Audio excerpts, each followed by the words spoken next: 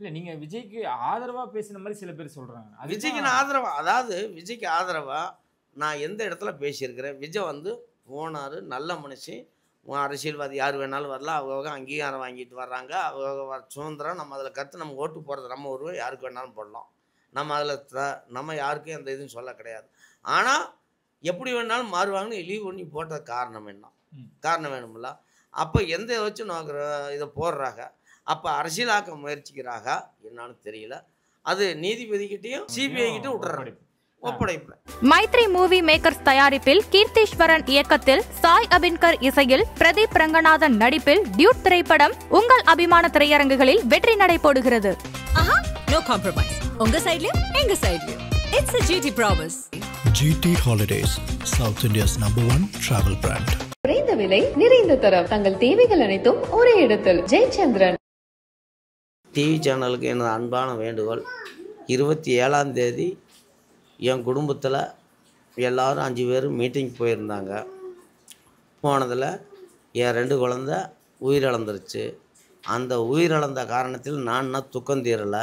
அதிலிருந்து என்னால் மீண்டு வர முடியல. சில சமூக விரோதிக்கு மாற என்னை தூண்டுகோல் போட்டு என் பிள்ளைக்கு படத்துக்கு கீழே தவறாக எழுதியிருக்கிறாங்க.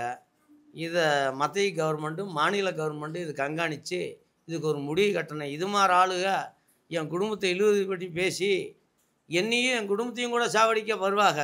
அதனால் இது வந்து இனிமேல் எந்த ஒரு இது இருக்கக்கூடாது. அந்த யார் போட்டாங்களோ அவளை கண்டித்து அதை வெளியே நீக்கணும். எனக்கு மன வருத்தமாக இருக்குது. நைட்டு இருந்து இதை என்னான்னு நீதிபதி அவர்கள் முன்னால் கொண்டே நான் வைப்பேன். சிபிஐக்கு இதை கொடுப்பேன். என்னோடய இது வேண்டுகோள், தன்மையான வேண்டுகோள். நான் வேறு எதுவும் சொல்கிறதுக்கு இல்லை. அவங்கள மாதிரி நான் தப்பாகவும் பேசலை யாரையும். இதை வந்து எனக்கு என் குடும்பத்தை இழிவு பண்ணி பேசுகிறதுக்கு என்ன காரணம்? செத்தது என் பிள்ளைக்கு 2. ஏன் இந்த அளவுக்கு என் குடும்பத்தை பண்ணி பேசுகிறாங்கன்னு தெரியல.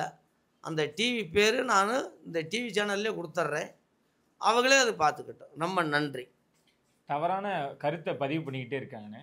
அதுவும் அக்கா பேசுனதே திருச்சி எழுதுறாங்கல்ல. அக்கா அன்னைக்கு என்ன பேசுனாங்க? அக்கா ஒன்றும் பேசலை. அதாவது இப்போ நீங்கள் பேசுகிறீங்கன்னா ஒரு வார்த்தை ஒரு சிரித்து பேசிட்டா அது ஒரு தப்பான கருத்தில் சொல்கிறது தப்பு தானே. யாராக இருந்தாலும் அது மனநிலையில் அவளை 5 நாளாக அழுத மூச்சு தீரல. நீங்களும் ஏற்கனவே பேட்டி எடுக்க வந்திருக்கிறீங்க. ஏன் இப்படி இவங்களுக்கு என்ன அதில் நோக்கம்? அதில் என்ன இவங்களுக்கு குளிர் காயணும்? ஏன் என் குடும்பத்தை அவ்வளோ இழிவு பண்ணி பேசணும்? எனக்கு இது தெரியணும். அப்படி தெரியலைன்னா நான் இது சிபிஐக்கிட்டே அந்த ரெக்கார்டை ஒப்படைப்பேன்.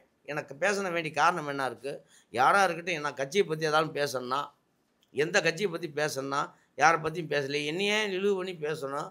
அப்போ என் பிள்ளைக்கு போட்டால் மேலே போட்டு கமாண்ட் எதுக்கு நீ கொடுக்குற? காரணம் வேணுமில்ல. இதுக்கு உங்கள் மூலியமாக தெரிவிங்க. உங்கள்கிட்ட நான் சிபிஐக்கு நான் கொடுக்குறேன் அந்த கமாண்டை. ரைட்டுங்களா? ரொம்ப நன்றிங்க.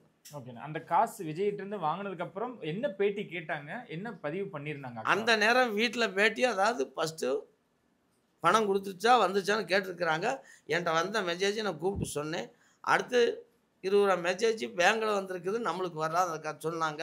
அவ்வளோதான். அவங்க யாரும் எது சொல்ல அப்போதைக்கெல்லாம் ஒன்றும் தெரியாமல் பேட்டி எடுத்துகிட்டு போயிட்டு கடைசியில் கம்பவுண்டில் மாறி பேசுகிறாங்கன்னா என்ன மாறி பேசணும், எந்த இடத்துல மாறி பேசணும்? அதாவது இப்போ ஒரு துக்கத்தை விசாரிக்க வர்றீங்க, எந்த நேரம் அழுதுகிட்டே இருக்க மாட்டாங்க.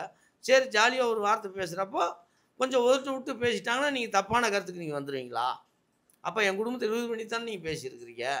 அந்த கமெண்ட் நீங்கள் எதுக்காக போடணும்? இது நீதிபதி இடத்துல நான் விட்டுறேன், சிபிஐக்கு நான் விட்டுறேன். வேண்டுகோள். இது எதனால இந்த பண்ணனாங்கிறது எனக்கு வேணும். இல்லை நீங்கள் விஜய்க்கு ஆதரவாக பேசின மாதிரி சில பேர் சொல்கிறாங்க. விஜய்க்கு நான் ஆதரவா, அதாவது விஜய்க்கு ஆதரவாக நான் எந்த இடத்துல பேசியிருக்கிறேன். விஜய் வந்து போனார், நல்ல மனுஷன்.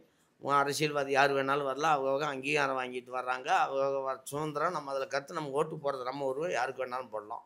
நம்ம அதில் நம்ம யாருக்கும் எந்த இதுவும் சொல்ல கிடையாது. ஆனால் எப்படி வேணாலும் மாறுவாங்கன்னு இழிவு பண்ணி போட்ட காரணம் என்ன? காரணம் வேணுமில்ல.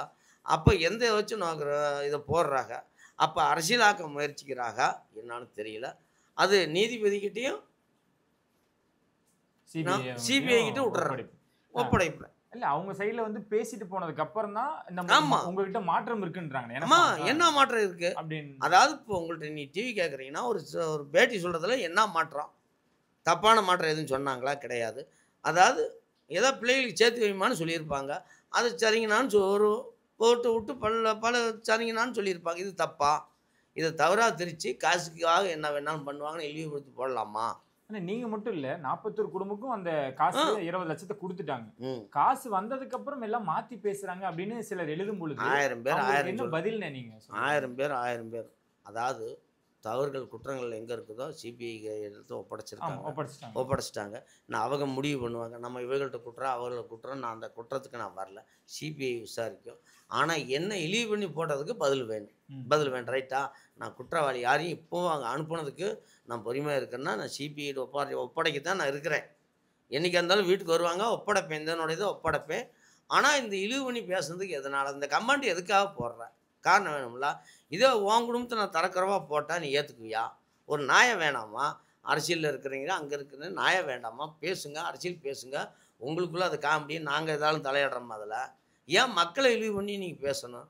அப்போது 2 பிள்ளைகள் இழந்துட்டு ரோட்டில் 15 நாள் அழுதுகிட்டு இருக்கேன், கண்ணுக்கு தெரியல. லாஸ்ட் வந்து கொஞ்சம் பல ஓட்டை காட்டினதும் உங்களுக்கு மனசு மாறிட்டாங்கன்னு நீங்கள் சொல்கிறீங்க. எத்தனை பேர்த்த நீங்கள் பார்த்து என்ன உதவி பண்ணியிருக்கிறீங்க? பப்ளிக்கை சொல்லுங்களே பார்க்க. ஏன் மனுஷனை டென்ஷன் ஆக்கணும்? எதுக்கு உங்களுக்கு தேவையில்லாத வேலையெல்லாம் பார்க்குறீங்க? நான் இப்படி தான் உங்களை தப்பாக பேசுனா நீங்கள் யாருன்னு கூட தெரியாது. உங்கள் போட்டால் உங்கள் கமெண்டில் தான் நான் பார்க்குறேன், யாருன்னே தெரியாது. எதுக்கு என் குடும்பத்தை இவ்வளோ தரக்குறவங்க நீ பண்ணியிருக்கிற? காரணம் என்ன? உங்களை மாதிரி இழந்த எல்லா குழந்தைகளோட குடும்பத்தினருமே பேசுகிறாங்க. அது அதாவது மாண்டாக இருந்துச்சா மானாடங்குள்ளா, செத்தவங்க சீமை இடம் கொண்டாதுன்னு பழமொழி இருக்குது. அதுக்கு மீறி உயிரோடு இருக்கிறவங்களும் இவங்க சாவடிச்சிருவாங்க கமாண்டு போட்டா எதுக்கு இந்த இதை போடுறாங்க? அதாவது இருக்கிறவன் அவனே மனநல நோதி பாதிக்கப்பட்டிருக்கிறேன். நீங்கள் போட்ட மனநிலையில் அப்போ நான் எச்சா இந்த குடும்பத்தில் அப்போ சண்டை உருவாக்குறீங்களா இல்லையா? காரணம் வேணும்ல. இது எதனால் போடுறீங்க? காரணம் வேணும்ல. அப்போ நான் சிபிஐ கொடுக்கலாம்ல? இதை கொடுக்கலாமா வேண்டாமா? நீயும் பேட்டி எடுத்துக்கிட்டு இருக்கிற உன் சேனல் என்ன செல்லுஞ்சாமி? ஆதனி நீ கொடுக்கலாம்ல? நான் அப்போ நான் பாதிக்கப்பட்டேன் நான் தானே. அப்போ நான் நீதிபதிட்டு கொடுப்பேன்ல. நான் அப்படியே வச்சிருப்பேன், நீதிபதிக்கிட்ட ஒப்படைப்பேன். ஏன்னா காரணம் வேணும்ல. எதனால நீ இவ்வளவு துக்கம் நடந்திருக்குது? ஒரு ஆறுதல் சொல்லு. உன்னால் முடிஞ்சால் பண்ணு, இல்லாட்டி விட்டு ஒரு ஆறுதல் சொல்லிட்டு போ. ஆனால் குடும்பத்தை இழிவு பண்ணி போகிறது காரணம். அப்போ நீ என்ன கண்டுபிடிச்சதில்? அப்போ எதை நோக்கி நீ பேட்டி நீ கீழே எழுதியிருக்கிற? காரணம் வேணும்ல. அப்போ உண்மையிலே எனக்கு டவுட் வருதா இல்லையா? நீ என் பிள்ளைகளை கொண்டு தள்ளி கூட விட்டுருப்பானோட ஒரு வார்த்தை விட்டுருக்குற. அப்போ உண்மையில டவுட் வருதா இல்லையா? வருமா வராதா? அதுக்கு நீ பதில் சொல்லணும். நீதிபதி இடத்துல நான் ஒப்படைப்பேன். அக்காவோட மனநிலை என்னவா இருக்கு? மனநிலை அவள் பேச நைட்லாம் அழுதுகிட்டு இருந்தா. இப்படியெல்லாம் நம்மளை கேள்வி கேட்டு இப்படியெல்லாம் அசிங்கப்படுத்துகிறாங்களேன்னு உலகம் பூரா நீ அனுப்புனது போயிருக்கு. அப்போ என் குடும்பத்தை கேவலப்படுத்த நீ அனுப்புனியா? ஒரு மனசாட்சி வேணாமா? நான் அந்த போட்டாவை தர்றேன், அவர் பேரை நீயே உச்சரிச்சிரு சாமி. சரி, நீங்கள் ஆறுதலாக இருங்க, அக்காவை பார்த்துக்க.